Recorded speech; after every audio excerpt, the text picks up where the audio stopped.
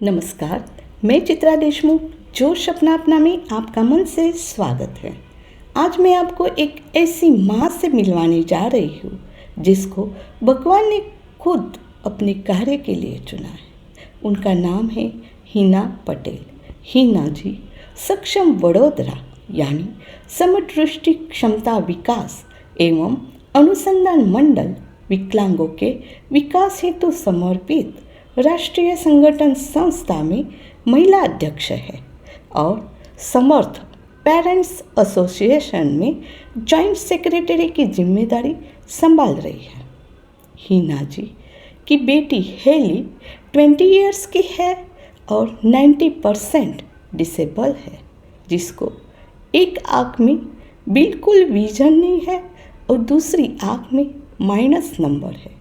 Heli बोल ही नहीं सकती और चलने में बैलेंस नहीं, यानी कि मल्टीपल डिसेबिलिटी।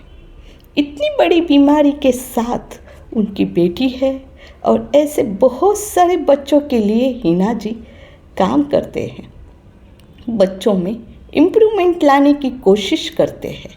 तो ऐसी माँ को मेरा सलाम, क्योंकि हिना जी ये सब कुछ इतनी अच्छी तरह से निभा रही है। हालचाल तो हर एक कोई पूछ लेता है, लेकिन ख्याल तो सिर्फ माँ ही रखती है। असली योद्धा तो हमारी माँ होती है, जो हमें कठिन से कठिन परिस्थिति में बचाती है। महिला कितनी भी नाजुक हो, कितनी भी कमज़ोर हो, लेकिन जब वो माँ के रूप में आती है तब पूरी दुनिया के सामने अकेली लड़ने की शक्ति उसमें कुदरती तरीके से आ जाती है। तो ऐसे ही प्रेरणादायी व्यक्तिमत्व से मिलने के लिए आप लाइक, शेयर और सब्सक्राइब करके मोटिवेशन जरूर देना। नमस्कार, मैं हिना पटेल और ये मेरी बेटी हेली। आज मैं आपको मेरी और मेरी बेटी की आज तक की कहानी सुनाने जा रही हूँ। मेरी बेटी का जब जन्म हुआ, जैसे सारे बच्चे कैसे जन्म के वक्त रोते हैं, तुरंत रोते हैं, तो मेरी बेटी जब उनका जन्म हुआ तब वो रोई नहीं थी। फिर डॉक्टर ने उनको थोड़ा थपथपाया, ऐसे उल्टा लटकाया, फिर 8-10 सेकंड के बाद वो रोई। तब हमें बिल्कुल ये अंदाजा ही नहीं था कि हेली को ऐसा कोई प्रॉब्लम हो सकता है, क्योंकि हमें इस बाबत में कोई भी नॉलेज नहीं था। ऐसे ऐसे करके फिर 1 दिन, 2 दिन, 3 दिन हुए तो हेली की एक आंख छोटी हो गई। तो फिर हमने आंख के डॉक्टर को दिखाया। आंख के डॉक्टर ने ऐसा वैसा कुछ बोला कि इनको बिल्कुल दिखाई नहीं दे रहा है। उसने दूसरे डॉक्टर के पास भेजा। ऐसे ऐसे करके बस एक डॉक्टर के पास से दूसरे डॉक्टर के पास, दूसरे डॉक्टर के पास से तीसरे डॉक्टर के पास बस जाना शुरू हो गया। जब हेली 3 महीने की हुई, वैसे जैसे नॉर्मल बच्चे के क्या होता है कि 3 महीने में उनकी गर्दन ऐसे स्टेडी हो जाती है, लेकिन हेली का ऐसा नहीं हुआ था। वो ऐसे ही गर्दन कर लेती थी, उनका गर्दन पे बिल्कुल कंट्रोल ही नहीं था। तब भी हमें ये पता नहीं चला कि हेली को ऐसा कुछ प्रॉब्लम हो सकता है। तो फिर हमने काशीबाग चिल्ड्रन हॉस्पिटल में एक चाइल्ड स्पेशलिस्ट को दिखाया, डॉक्टर को दिखाया। तब उसने उनका पूरा चेकअप किया और बाद में उसने बताया कि हेली का डिले डेवलपमेंट है, मतलब कि हेली मेंटली रिटायर्ड जैसे बोलते हैं, और वो स्पष्ट शब्दों में बोलते हैं कि मंदबुद्धि। जो ये शब्द अगर हमारे कानों में पड़े तो बस आंखों से पानी निकलता जाता है और हमारे जैसे पैरों तले से जमीन निकल गई कि हमारे पास इतना ऐसा बच्चा। बस वहाँ से हमारा सफ़र ऐसा शुरू हो गया। फिर स्ट्रगल करनी पड़ी हेली को। बहुत सालों के बाद उसने बैठना सीखा, चलना सीखा। जब वो 4-4.5 साल की थी तब उसने चलना सीखा, मतलब पूरा डिले डेवलपमेंट था उसका। तो फिर आगे हमारे पड़ोस में हमारा एक बाजू में मराठी फैमिली रहता था, तो उनको हेली से बहुत लगाव था। वो अपनी बेटी ही समझते हैं उसको। तो फिर उसने हमें ये बताया कि आप हेली को एक स्पेशल स्कूल में रखो ताकि उनको पहले से ही प्रॉपर थेरापी मिले, तो उस थेरापी से उनका डेवलपमेंट कंटिन्यू हो सकता है। बस वहाँ से मैंने स्पंदन स्कूल, उसने बोला तो हमने स्पंदन स्कूल में हेली को रखा। जब हमने स्कूल में रखा तब हेली बिल्कुल चलती नहीं थी, बोलती भी नहीं थी, उनका कुछ भी नहीं था। मतलब मैं उसको ऐसे ही उचक के लेके जाती थी स्कूल में। तब स्कूल में स्टाफ मतलब बहुत अच्छा था, वहाँ के थेरापिस्ट इतने अच्छे थे कि हेली को चलना सिखाया पूरा, मतलब ग्रिपिंग थोड़ी बहुत आ गई उसकी, मतलब जो भी कुछ वो समझन उसमें आ गई स्पंदन में जाके। इसीलिए मैं स्पंदन स्कूल का भी बहुत आभार मानती हूँ, क्योंकि वो आजकल जो कर लेती है वो पूरा क्रेडिट स्पंदन को जाता है। वो आज भी स्पंदन में ही जाती है।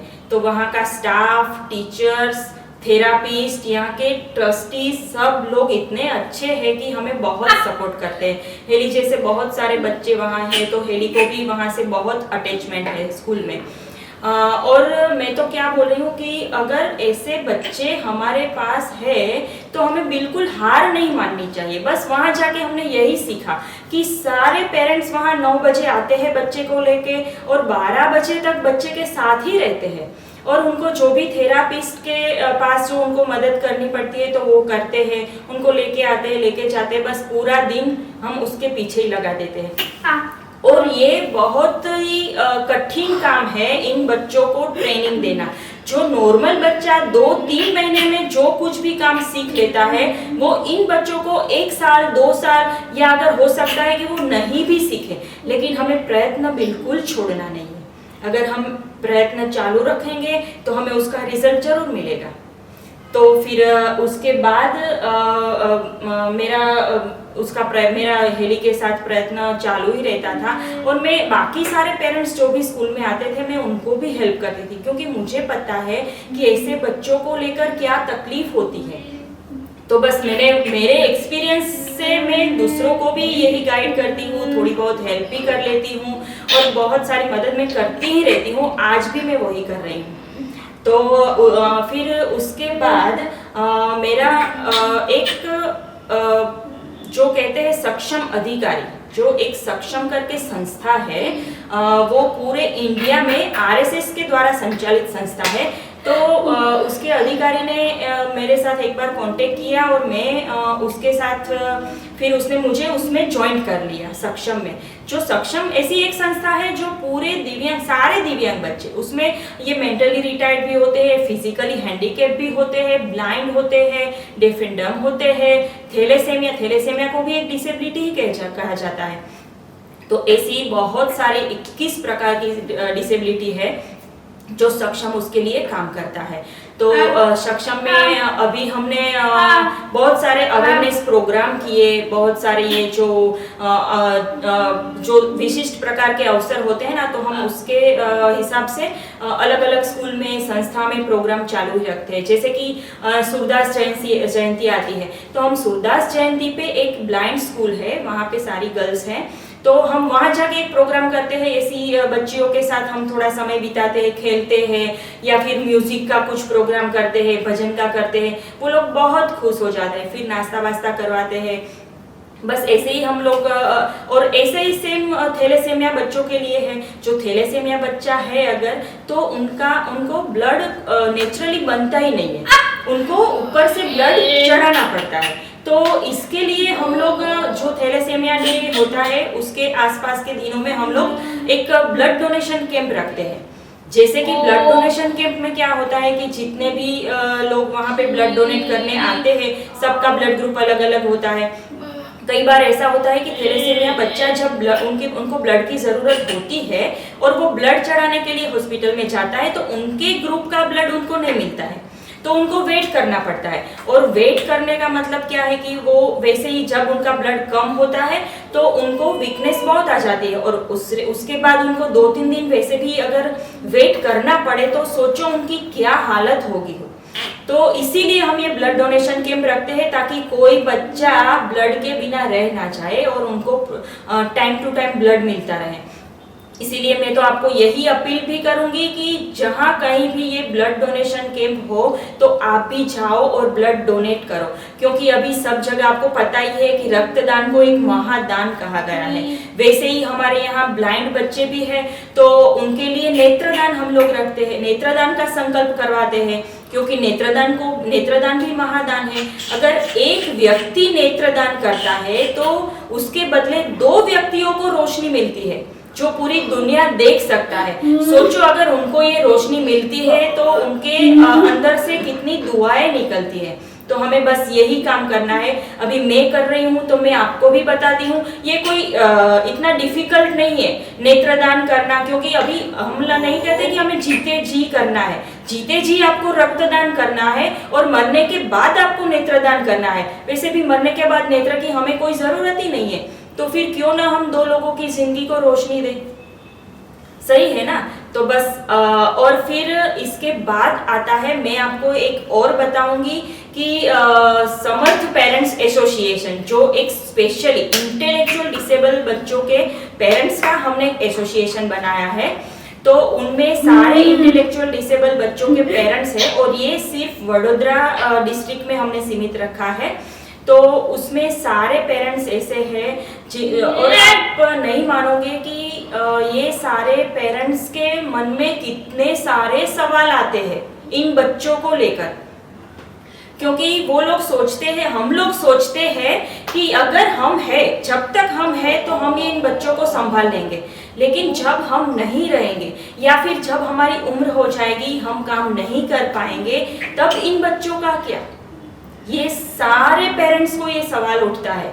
तो उसके लिए ये जो प्रश्न है उनका जवाब है समर्थ पेरेंट्स एसोसिएशन, है ना। तो हम वो बस उसी प्रश्न को लेकर हम सारे काम करने जा रहे हैं और बाकी आगे आगे देखते हैं। आप सबका सपोर्ट और बस ऐसे ही। और मैं तो ये कहूँगी, अगर जनरली क्या होता है कि हम लोग जो ये अवेयरनेस के लिए वर्कशॉप रखते हैं ना कहीं, तो उसमें क्या होता है कि सारे पेरेंट्स आते हैं और पेरेंट्स अपना अपना प्रश्न लेकर आते हैं। तो कई पेरेंट्स ऐसा बता रहे हैं कि हमारी सोसाइटी में हमारे बच्चे को मान नहीं मिलता, वो लोग उनको पागल कह के बुलाते हैं, सारे नॉर्मल बच्चे उनको मारते हैं। सोचो अगर ये बच्चा इनके पेरेंट्स को ये कितना खराब लगता होगा।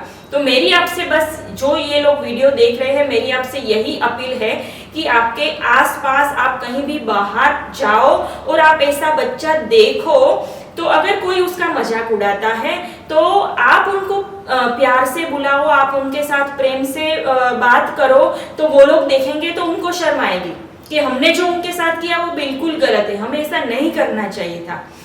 और मैं तो कहती हूँ, अगर आपके बच्चे ऐसे बच्चे को परेशान करते हैं तो ये जिम्मेदारी आपकी है कि आप अपने बच्चे को संस्कार दो, आप अपने बच्चे को समझाओ कि ये बच्चा भी बहुत अच्छा है, ये भगवान का रूप है। और आगे मैंने कहीं भी पढ़ा है शायद कि ये जो बच्चा होता है वो ठाकुर जी के हृदय में से निकला हुआ एक अंश है, यानी कि ये गॉड गिफ्ट है।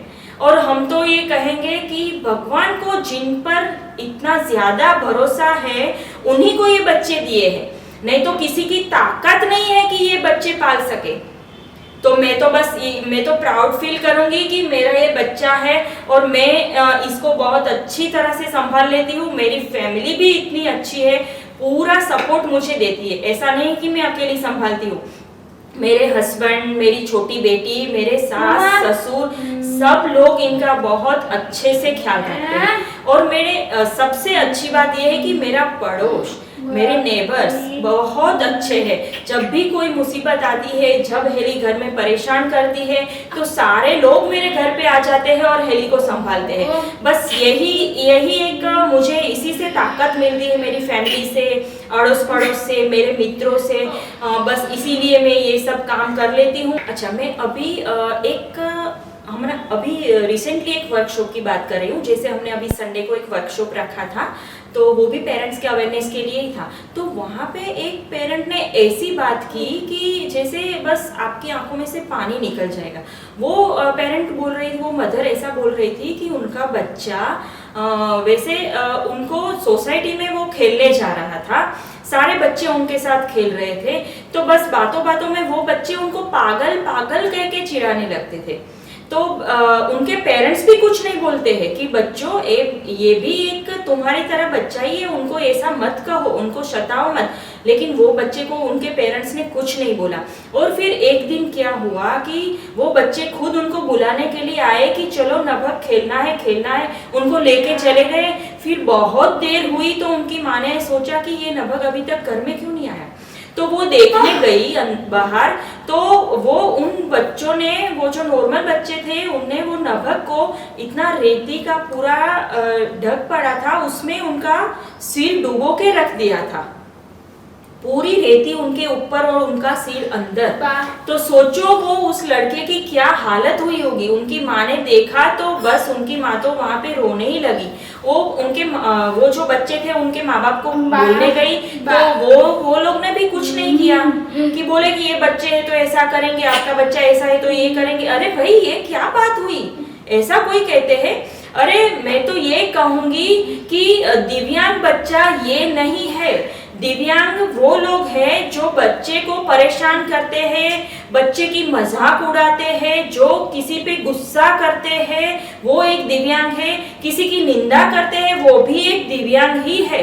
तो हम इनको दिव्यांग नहीं बोलेंगे, हम उन्हीं को दिव्यांग बोलते हैं जो लोग में बिल्कुल समझ नहीं है ना। तो हमारी सोसाइटी में और आसपास में समाज में कई सारे ऐसे होते हैं जिनको हम दिव्यांग ही बोलेंगे, है ना, क्योंकि वो लोग ऐसे बच्चों को चिढ़ाते हैं, उस पे गुस्सा करते हैं, किसी पे क्रोध, इतना निंदा, वो सब एक दिव्यांगता ही है। तो प्लीज आप ये सब मत करो, अभी से जागो। और इन बच्चों को बस प्रेम की जरूरत है और ये कुछ नहीं मांगते, उनको और कुछ चाहिए भी नहीं, आप उनको प्रेम दो, बस वही बहुत है। और भगवान भी देख रहा है, अगर आप ऐसे बच्चों को अच्छे से रखोगे तो बस वही आपके लिए अच्छा है। और मेरा हेली के साथ का यहाँ तक का सफर में मुझे लगता है कि मैंने अभी ये जिंदगी अच्छे से जीना शुरू किया है, नहीं तो मैं तो बस ऐसे ही मैं पूरी जिंदगी फालतू में ही निकल जाती मेरी तो। लेकिन अच्छा मैंने जीना, सही मायने में जीना शुरू अब किया है। मैं ऐसे बहुत सारे पेरेंट्स की हेल्प करती हूँ और अभी आगे भी मुझे बहुत कुछ करना है। तो बस यही मैं कहूँगी कि पेरेंट्स का भी सपोर्ट चाहिए हमें, और अगर पेरेंट्स खुद अपने बच्चों को अच्छे से रखेंगे तो समाज भी उसको अच्छे से रखेगा। पहल हमें अपने तरफ से करनी पड़ेगी। अगर हम अपने बच्चों को ऐसे ही धुतकारेंगे, चल यहाँ बैठ जा, ऐसा कर, तो दूसरे देख के वही करेंगे। हमें ऐसा बिल्कुल नहीं करना है, घर में भी नहीं करना है, क्योंकि घर में भी अगर जॉइंट फैमिली है तो अगर आप अपने बच्चे को अच्छे से नहीं रखोगे तो दूसरे भी नहीं रखेंगे, वो भी इनको ऐसे वैसे ही करके साइड पे रख देंगे। हमें बिल्कुल नहीं करना है। जैसे नॉर्मल बच्चे को हम रखते हैं वैसे ही हम इस बच्चे को भी रखेंगे। तो शुरुआत पेरेंट्स को ही करनी है। अगर पेरेंट्स इसको अच्छे से रखेंगे तो बाकी सारे लोग रखेंगे ही। अब मैं पेरेंट्स के लिए जो भी ज़रूरी इंफॉर्मेशन है वो मैं बताऊंगी, क्योंकि बड़ौदा में नहीं, मतलब कहीं भी जाओ, गुजरात में, पूरे इंडिया में, तो गवर्नमेंट की जो भी योजनाएं हैं ये स्पेशल बच्चों को लेके, हैंडीकैप बच्चों को लेके, तो आज मैं आपको वो बताने जा रही हूँ। क्योंकि अगर मैं आपको वो गाइड करूंगी तो सारे पेरेंट्स को ये पता चलेगा और वो गवर्नमेंट स्कीम का लाभ ले सकते हैं। तो पहले तो ये बच्चा है उनका, सबसे पहले हमें कोई भी अगर बेनिफिट्स लेना है गवर्नमेंट का तो उनके लिए बच्चे का डिसेबिलिटी सर्टिफिकेट निकलवाना पड़ता है।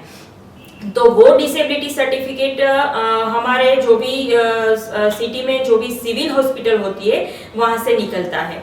तो वो प्रोसीजर करनी है, पहले डिसेबिलिटी सर्टिफिकेट का प्रोसीजर करनी है।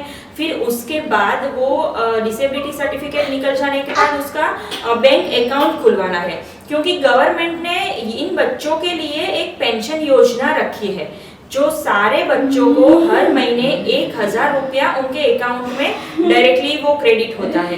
तो उनके लिए एक पेंशन योजना है और फिर एक बस पास की योजना है, बस कंसेशन, जो ये बच्चा और उनके साथ एक व्यक्ति जो भी हो, मतलब पेरेंट गार्डियन हो या कोई भी हो, बच्चे के साथ एक व्यक्ति पूरे गुजरात में कहीं भी जाओ, कोई भी बस में जाओ तो उनका फ्री ऑफ कॉस्ट होता है, कोई भी चार्ज नहीं लगता, वो कहीं भी घूमे फिरे। उसके बाद एक पॉलिसी है निरामया करके, जैसे हमारा मेडिक्लेम होता है तो उसी तरह गवर्नमेंट की ये नेशनल ट्रस्ट के अंदर में उनकी एक निरामया हेल्थ पॉलिसी है। तो उसमें पूरा 1 लाख रुपया कवर होता है, उसमें थेरापी चार्जेस, मेडिसिन, सर्जरी पूरा सब कवर होता है, उसमें ट्रांसपोर्टेशन चार्ज सब कुछ।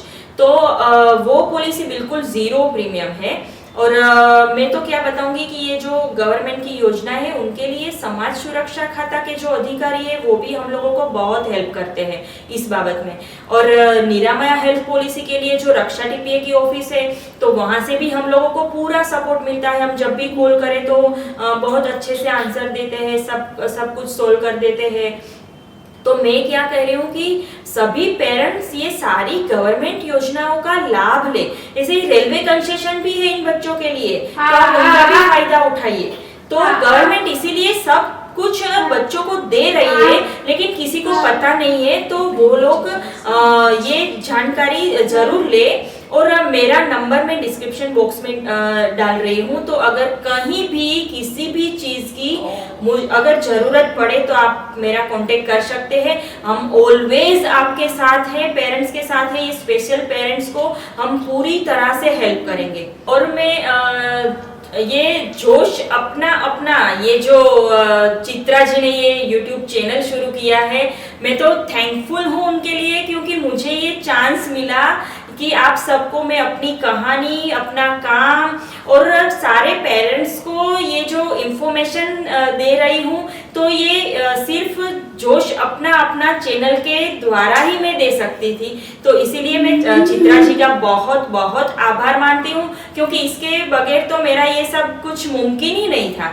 तो चित्रा जी, मैं आपका तहे दिल से शुक्रगुजार हूँ। बस आगे भी मुझे इस तरह का मौका दीजिए, तो मैं फिर से अगर कुछ और नया है पेरेंट्स के लिए तो मैं फिर से आपके सामने आऊंगी। Thank you.